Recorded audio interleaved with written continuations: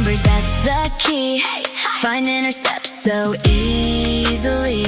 X is C over A, Y is C over B. Slope is negative A over B, that's the way. Graph by intercepts right away.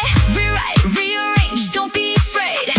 Different forms, same line display. Standard form, intercept, slope, all in one. Slope, intercept, start at B, then rise and run. Point, slope, 1 point, 1 slope. You're set, same straight line. Don't you forget slope, intercept. Here's what I see. Y equals mx+b. M is the slope, rise over run. B's the y-intercept, where the line has begun. Start at B, then rise, then run. Plot another point, and now you're done.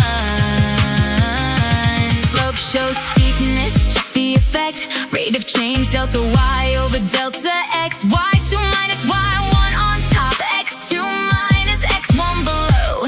Don't swap. Positive slope, we climb up high. Negative slope, the line drops by. Zero slope, horizontal, no change in y shown. Undefined, the run is 0.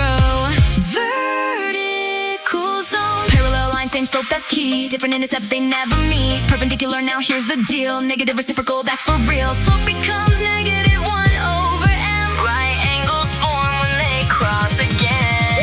Point slope form, here's the key. Y minus y1 equals m times x minus x1. Need 1 point and a slope to start. I can build the line part by part. Plug in the point that I've been given. Plug in the slope and keep it driven. Plug in an x or plug in a y. Find the missing coordinate, give it a try.